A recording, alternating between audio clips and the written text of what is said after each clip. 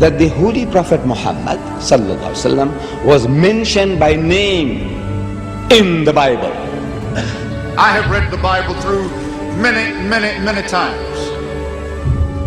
And others such as I have read it many more times. What has happened is this. The Old Testament, according to Christian authorities, was preserved in the Hebrew language.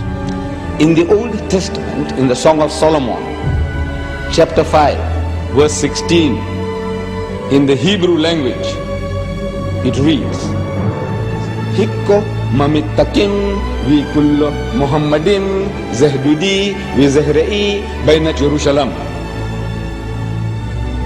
Song of Solomon, chapter 5, verse 16. The word Muhammadim is Muhammad, im, I am im. Im is a plural of respect in Hebrew. You see the first verse of the Bible, book of Genesis, chapter 1, verse 1. It says, in the beginning, God created the heavens and the earth. The word God in Hebrew there is Elohim. In Hebrew, El stands for God, Elah stands for God, Elohim is a plural form to say with awe, respect and reverence. Plural of respect.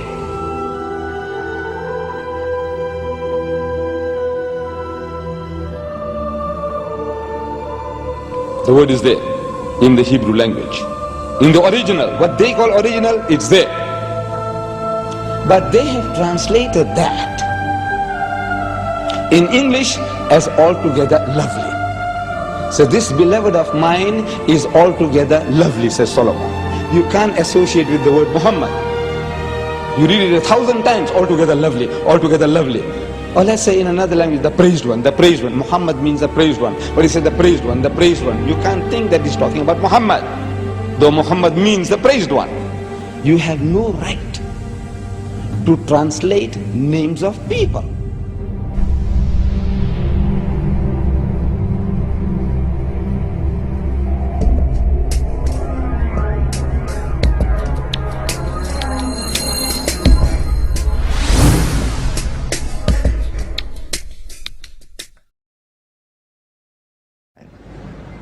إذ قالت الملائكة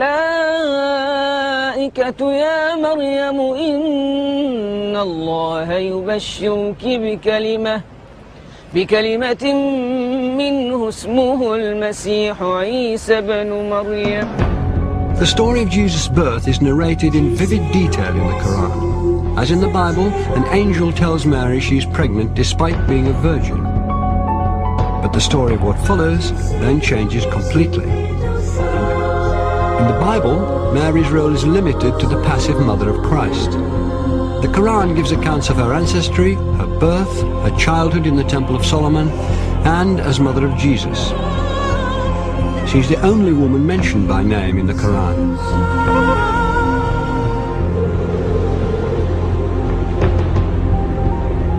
The ability to talk as a newborn child is one of many miracles not recorded in the biblical account of Christ's life. We have more sayings in the Islamic tradition about Jesus than you'll find in the Gospels themselves. So there is a possibility that other things did happen. There were many Gospels around that didn't all make it into the New Testament. And the church tried to limit the number of Gospels. In the Christian narrative, the most central and fundamental point of Christianity is the death and resurrection of Jesus Christ. Well, Islam basically denies that. وقولهم إنا قتلنا المسيح عيسى بن مريم رسول الله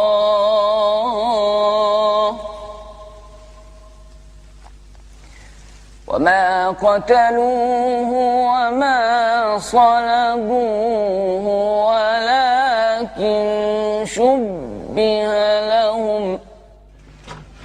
To find the story of Christ's crucifixion and resurrection being changed is too much for some Christians. J. Smith is an evangelical Christian who spent 25 years studying Islam. He is dedicated to disproving the Quran's version of Jesus' last day on earth. If Jesus were to come down to Speaker's Corner, I would imagine he'd get up on the ladder like I'm going to get up on the ladder. And what he would say to Muslims specifically is they would probably confront them with what they've done to him. What their scriptures have done to him, not them personally, what their scriptures have done to him by taking away his divinity, by also suggesting that the greatest act of history, the most sacrificial act that anybody has done, to die for mankind, God himself to die for that which he has created, has completely been eradicated, has completely been thrown out of their scriptures. The essence of Islam is submission to the absolute, to the divine. And that's where salvation lies, in submission to the divine, or at least a recognition of the divine. In Christianity, salvation lies through the acceptance of the blood of the Lamb. That is a completely different narrative than the Quran is giving. Who's right? Well, the Quran says, you make your choice here, and I'm going to let you know in the next world. In the Quran, it says that on the Day of Judgment, God will actually ask Jesus Christ, did you tell the people that you were God? And Jesus says, you know what I said, you see everything I say and do. I would never say that. Glory to you, transcendent are you. I would never say that. I have no right to say that. Why aren't you Muslim? Why aren't I? I'm a Jew. You're a Jew? Oh, I was previously Christian. For Christians to believe that Jesus was God in human form is absolutely fundamental, because it means that God understands us. God isn't some distant deity living in the glory of heaven. He can understand what it's like to be in pain, to be betrayed, to be hurt, to be bruised, to be bullied. God understands our situation. If Jesus was God, then who was supporting the world while he was supposed to be dead? Or if he was God, then who was he praying to? 3 books. What doesn't work is that God has family. I can't believe that Mary can give birth to God. For God to be God, he has to be the creator and not become part of creation.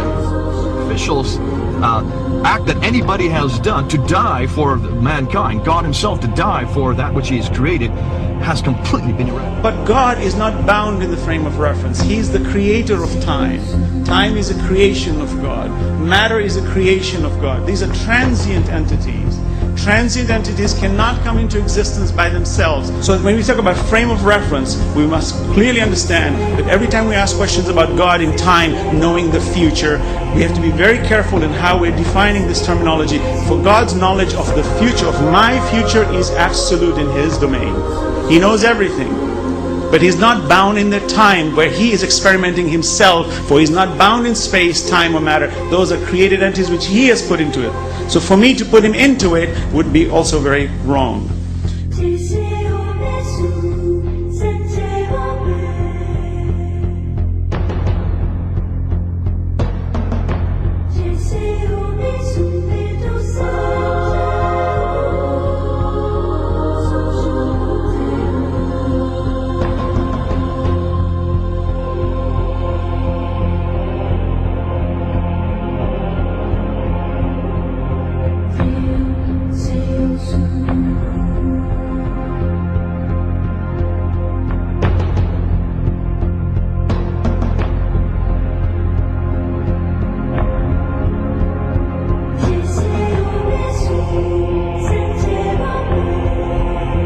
Prophet Adam was created from no female and no male. Eve was created from one male and no female. Jesus was created from one female and no male. And all of us have been created from one male and one female. These are 4 examples for us to benefit from, to understand the divinity of our Creator.